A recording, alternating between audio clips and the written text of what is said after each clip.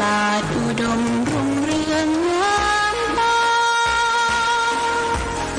เจ้านั้นบุญธรรมสาขาหลวงพวงเชียงใหม่ปกครองหัวเมืองฟ้าทุ่มเทแรงกายแรงใจทุกชาติพันธุ์รวมใจรักษา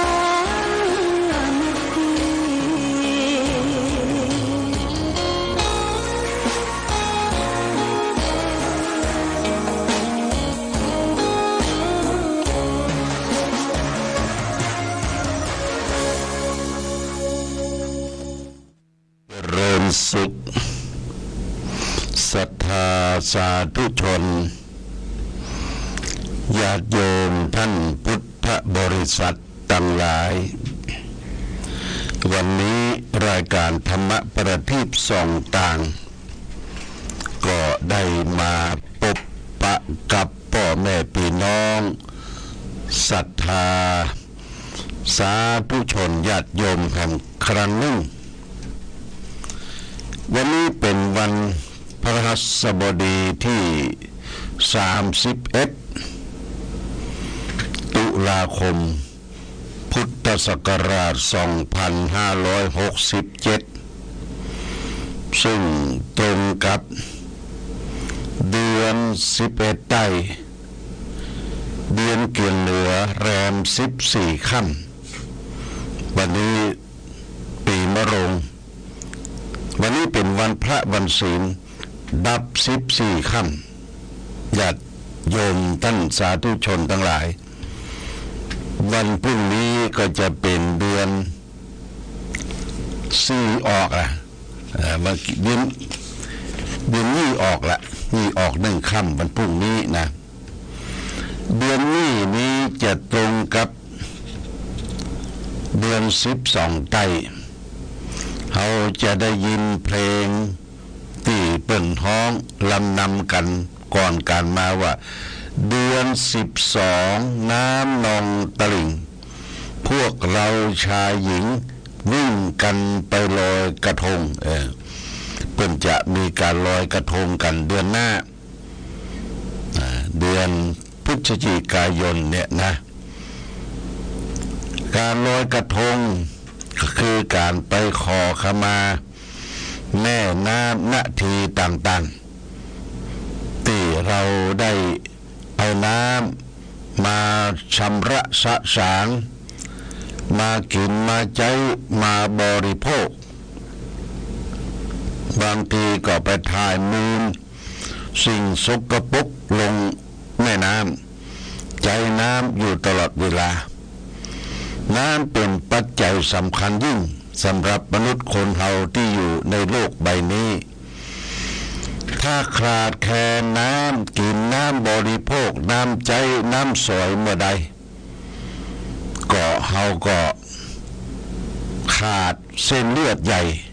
เรียกว่าเส้นเลือดใหญ่ในประเทศเพราะฉะนั้นทางรัฐบาลก็มีการจัดการดูแลน้ำบอกว่าน้ำขึ้นน้ำลงน้ำขาดเก็บกักน้ำไว้ใจในหน้าแล้งจะสังเกตสังกาว่าเปิ้นนี่รณรงค์กันเก็บกักน้ำขุดสระขุดบ่อไว้ใจบริโภคไว้ใจลดพืชพันธุ์ธัญญาหารหน้าแล้งในสมัยครั้งพุทธกาลมีการแย่งน้ำกันระหว่างพระประยุรญาติจนยกทัพมาประชันกันมาต่อสู้กันแต่ยังไม่ได้ตันต่อสู้กันเพื่อพระพุทธเจ้าก็มาโปรดห้ามญาติจะไปแย่งกันจะไปทำกันจะไปบั่นทอนกันแบ่งสรรปันส่วนกันน้ำอันนี้สำคัญมากบ้านเฮาเมืองเฮาแต่ก่อนนี่เป็นห้องว่าเป็นแก่ฝ่ายเป็นแก่ฝ่ายนี่จะมีไปดูแต่น้ำ แต่น้ำที่ทดเข้าในที่นาที่สวนแบ่งกันเอาคนละกี่นิ้วแล้วก็ถึงเวลาที่จะไปเอาน้ำมานี่เพิ่นก็จะมีความสมานสามัคคีกันเป็นหมู่เป็นจุม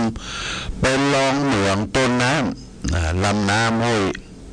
ขาดไม่ได้นะญาติโยมขาดไม่ได้แล้วก็มีตางน้ำของไผ่ของมันตางน้ำต้องเสียอันค่าดูแลของแก้ฝายแก้เมืองนะเป็นเอาอย่างต่างๆเนี่ยคือแก้เมืองแก้ฝายดูแลน้ำแบ่งสรรปันส่วนกัน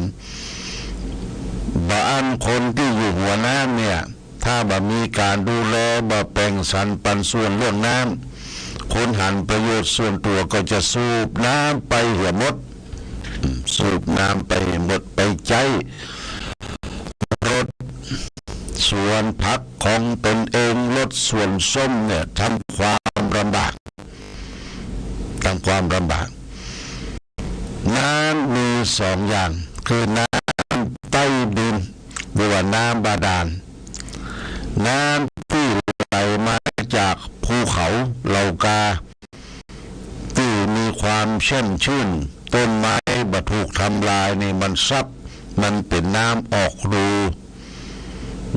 อย่างเมืองฝางเขาเนี่ยน้ำออกรูที่เข้าไปดังบ้านห้วยจนุออกมาละนะญาติโยมนะก็สโลมที่ให้ที่สวนแบ่งสรรปันส่วนกันเรื่องน้ำเรื่องหนองเพราะฉะนั้นน้ำจึงเ